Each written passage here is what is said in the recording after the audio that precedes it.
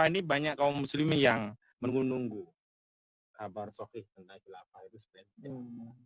Karena memang meskipun ini ajaran Islam yang agung, diskusi ini kan tidak terlalu masif baru akhir-akhir ini.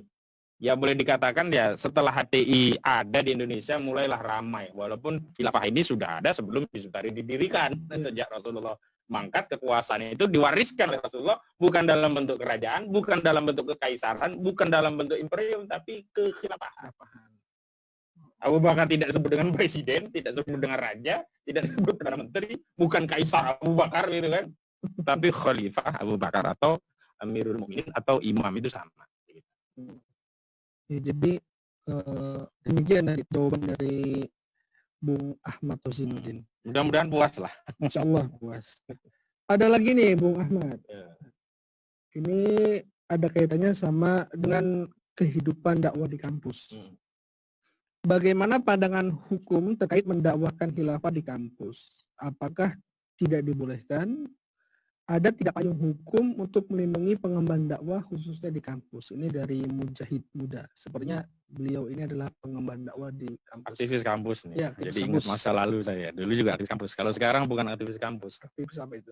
Aktivis pekerja. Karena udah lepas dari kampus. Ya. Begini ya. Dasar yang saya sebutkan tadi juga bisa dipergunakan untuk dasar hukum legitimasi untuk mendakwakan ajaran Islam.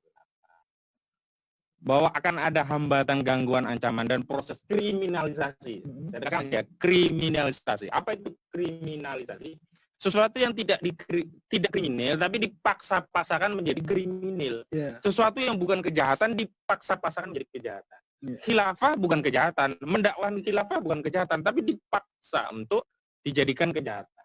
Tapi sampai hari ini saya tegaskan, tidak ada satupun penyidikan yang menggunakan pasal terkait larangan khilafah. Tidak ada. Ada ya? Tidak ada, rata-rata narasinya khilafah, narasinya HTI terlarang, tapi pasalnya yang digunakan pasal 28 ayat 2 Undang-Undang ITE tentang penyebaran kebencian dan sara. Ini kan pasal karet ini, atau pasal pukat harimau bahasa saya. Semua bisa diangkut dengan pasal ini. Atau pasal pencemaran nama baik, atau pasal misalkan makar. Yang menarik ahli bahasa. Pasal penyidikan ada pasal makar, pasal pidana sara, pasal macam-macam pasal lah. Ketika didakwa cuma pasal tentang ras etnis dan pidana sara saja. Jadi kadang-kadang di penyidikan itu suka-suka penyidik. Makanya saya juga pernah komplain pada salah satu penyidik itu, ini suka-suka aja gitu loh. Begitu sampai di kejaksaan, ternyata banyak juga pekerjaan mereka yang dikoreksi oleh jaksa. Banyak pasal-pasal yang nggak relevan, akhirnya oleh jaksa dikoreksi. Karena memang tidak ada buktinya gitu. Gitu ya. Nah, Ali juga itu. Tadi kan pasal pasal tentang Jokowi yang katanya menyatakan rencana darurat sipil. Itu kan yang dikritik, yang dilaporkan si Mu'annas Al-Aidid, itu kan muncul di dakwaan. Saya ikuti dari rekan-rekan yang kebetulan incas, rekan Chandra, rekan Riki Fatamazaya sama rekan Henry Kusuma. Itu dakwanya di pasal itu. Nah, saya kira ini yang harus kita sadari bahwa ya dakwah itu ada konsekuensi. Jangankan kita, Rasulullah juga menghadapi itu, sahabat juga menghadapi itu. Nah, ini persoalannya bukan masalah ada resiko atau tidak. Ya sikap kita bagaimana? Seorang pengemban dakwah ketika dia yakin bahwa ini risalah Allah, risalah Islam, risalah yang akan menyelamatkan seluruh umat manusia, maka siap dengan segala resiko. Bahkan dia mewakafkan diri, harta, bahkan jiwanya di jalan dakwah ini. Gitu. Maka saya berulang kali, jangan ngarang sendiri gitu loh.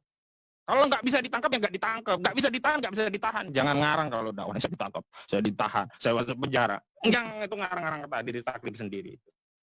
Ya, luar biasa ini penjelasan dari Bung Rosinuddin terkait dengan aktivitas dakwah khususnya di kampus ataupun umumnya dimanapun berada ya, bahwa tidak ada larangan terhadap aktivitas dakwah menyerukan ajaran Islam, yakni khilafah. Masih ada pertanyaan ini, Bung Ahmad.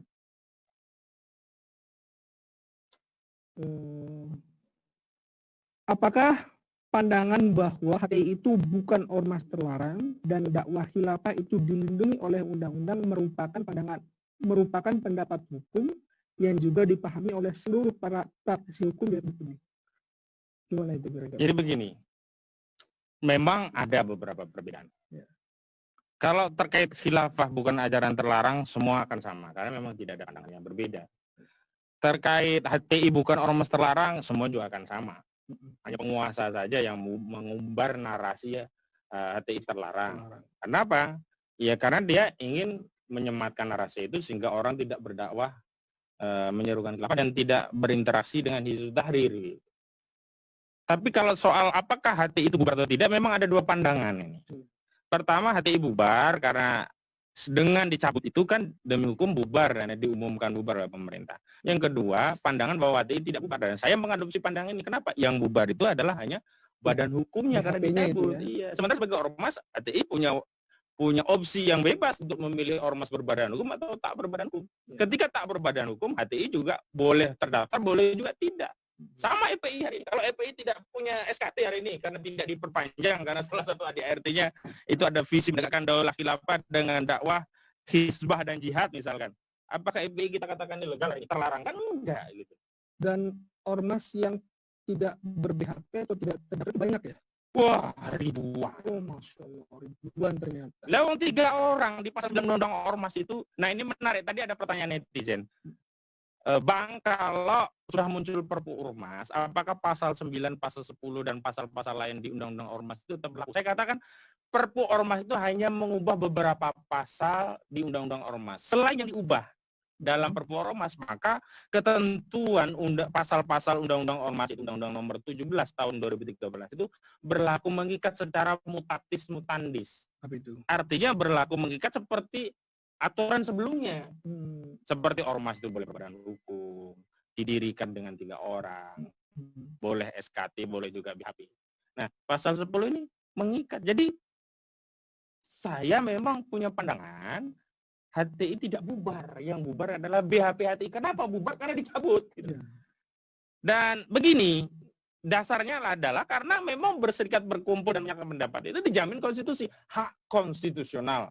Pasalnya jelas loh, di pasal 28 ayat 3. Setiap orang berhak atas kebebasan berserikat, berkumpul, dan menyatakan pendapat. Hak konstitusional itu tidak bisa dicabut.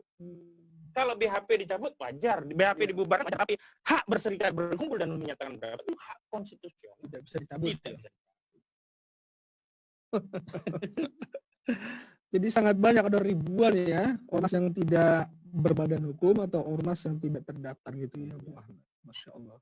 Jadi kalau habis ini kita bertiga, mungkin satu operator ya, kita bikin ormas juga bisa. Oh, bisa gitu ya. Dan tidak perlu kita daftarkan karena boleh juga tidak terdaftar gitu. Yang penting kita sepakati namanya Ormas Kopi Enak gitu misalkan.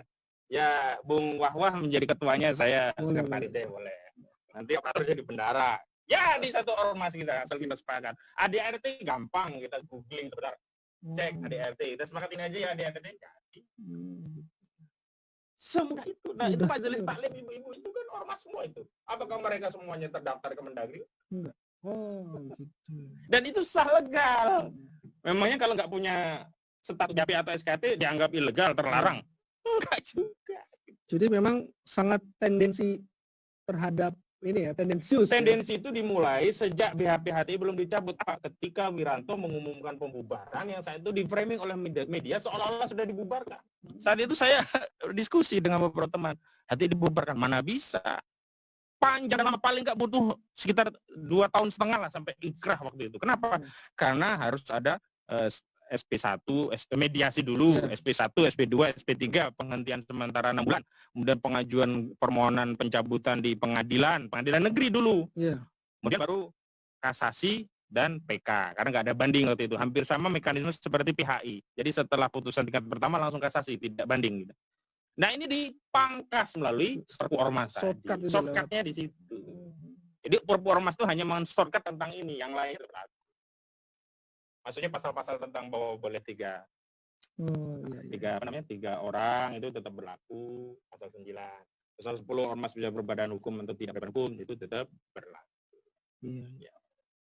Luar biasa sekali. Jadi pandangan dari sisi hukum terhadap aktivitas mendakwahkan ajaran Islam yakni khilafah itu tidak ada satu ketetapan pun, tidak ada putusan apapun yang menyatakan itu adalah ajaran yang terlarang. Begitu juga dengan ormas Hizbut Tahrir, itu bukan ormas yang terlarang. Berbeda dengan PKI.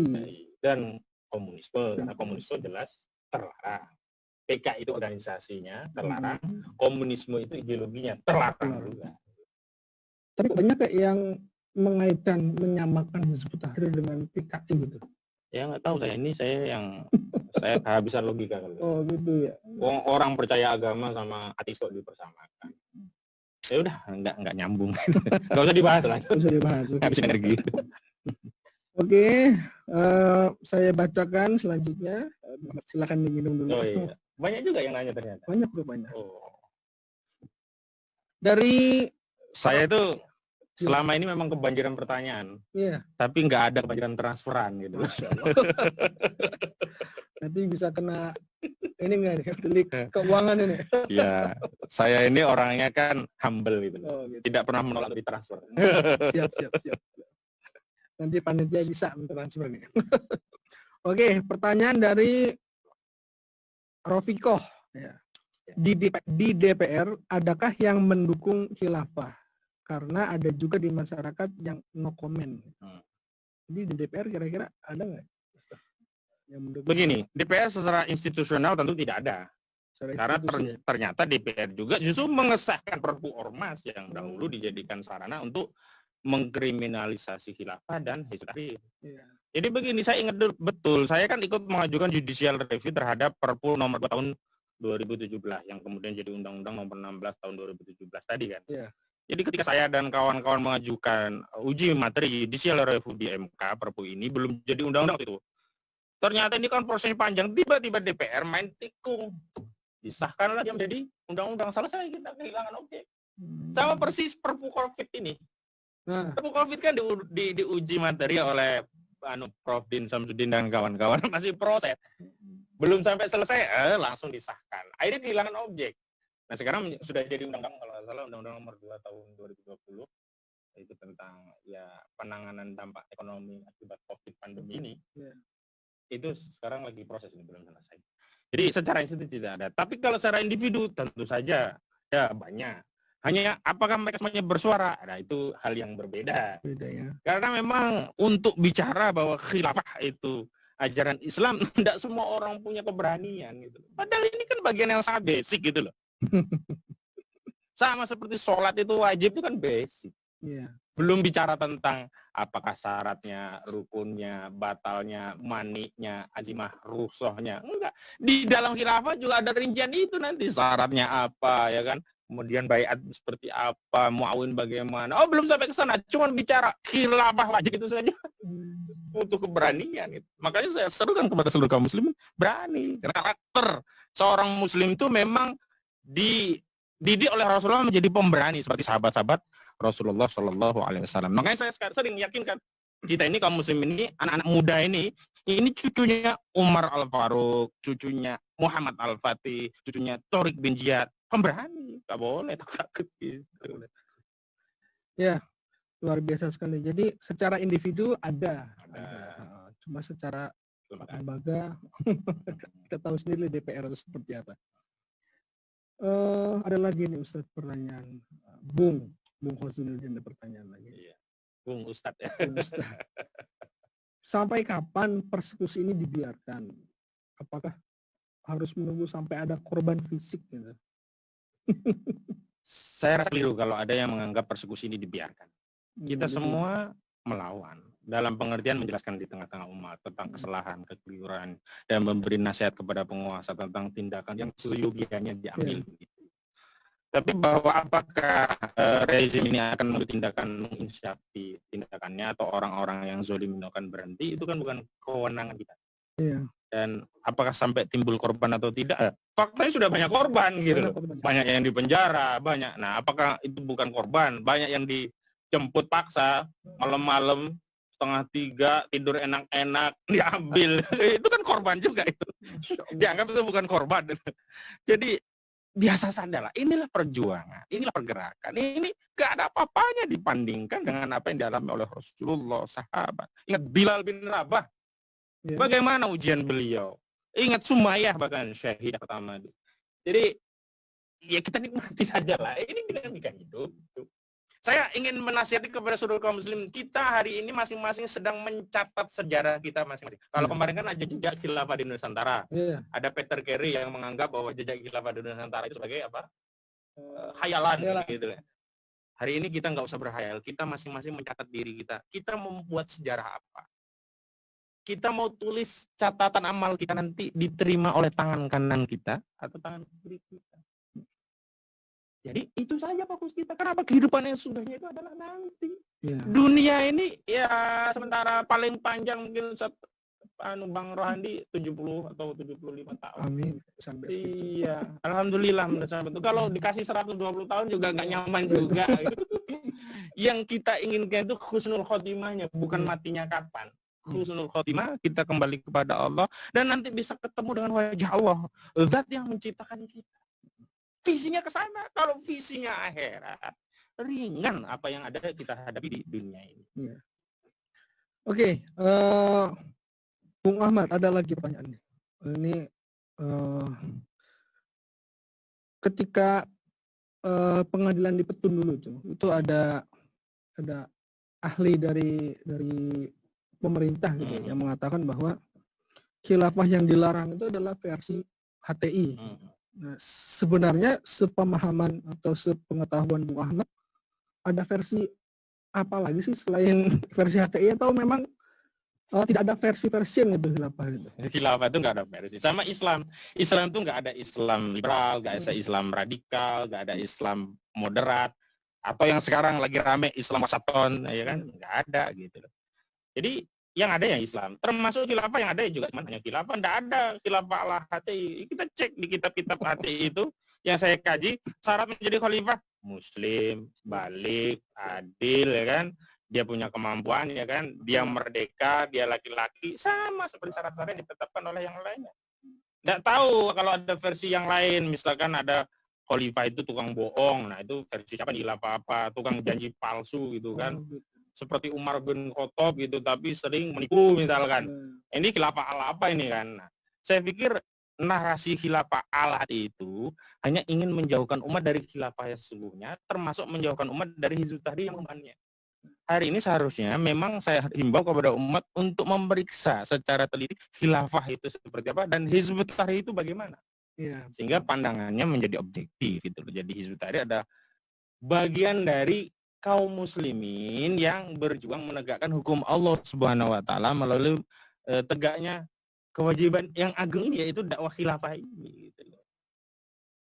Jadi tidak ada versi-versi. Tidak ada versi-versi. Bahwa ada khalifah dulu dijabat Abu Bakar, Umar. Ini penguasanya saja yang beda, ada Bani Umayyah, Bani Abbasiyah. Jadi nggak benar ada meme di sosial media, kita ada pendapat yang katanya pakar ahli sejarah menyebut bahwa Bani Umayyah, Bani Abbasiyah itu bukan kekhilafan, tapi apa dinasti gitu ya. Tapi dia menyebut khalifah juga pemimpinnya gitu, bukan kemudian kaisar apa gitu. Jadi fair sajalah dengan terutama saya himbau kepada para alim, para ulama, jujurlah terhadap ilmu yang Allah anugerahkan kepada para alim, para ulama, para cendekia. Sebab kalau tidak, tanggung jawab di akhirat itu berat sekali. Ya, alhamdulillah Bung Ahmad, berbagai pertanyaan sudah dijawab dengan tuntas dan jelas. Insya Allah netizen yang bertanya juga mendapatkan penjelasan yang gamblang.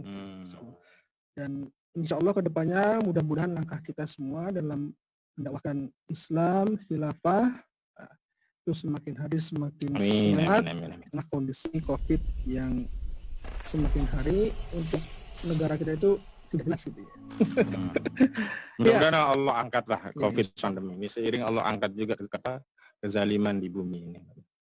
Bung Ahmad, mungkin sebagai penutup ada closing statement gitu ya, mungkin apa pandangan hukum atau motivasi terkait dengan aktivitas dakwah menyerukan khilafah ini. Ya, Bismillahirrahmanirrahim. Saya himbau seluruh kaum muslimin untuk tetap istiqomah berjuang di tengah-tengah umat untuk menyampaikan ajaran khilafah yang agung ini.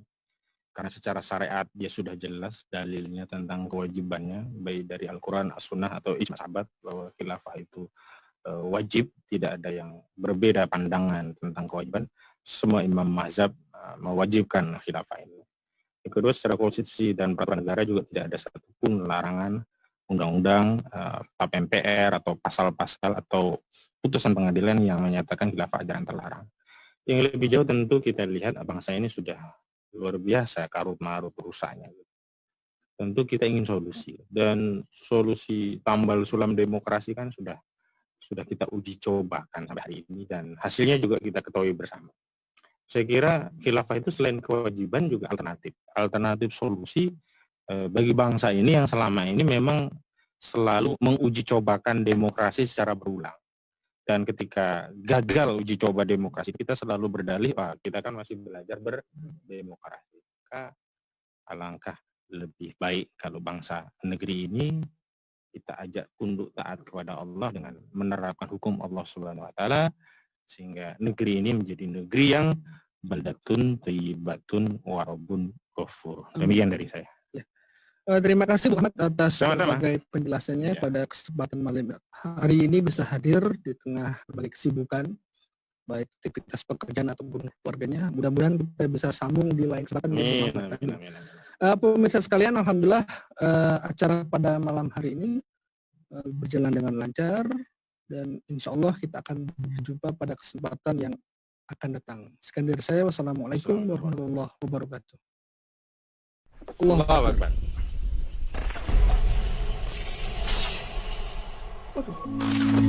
Manis.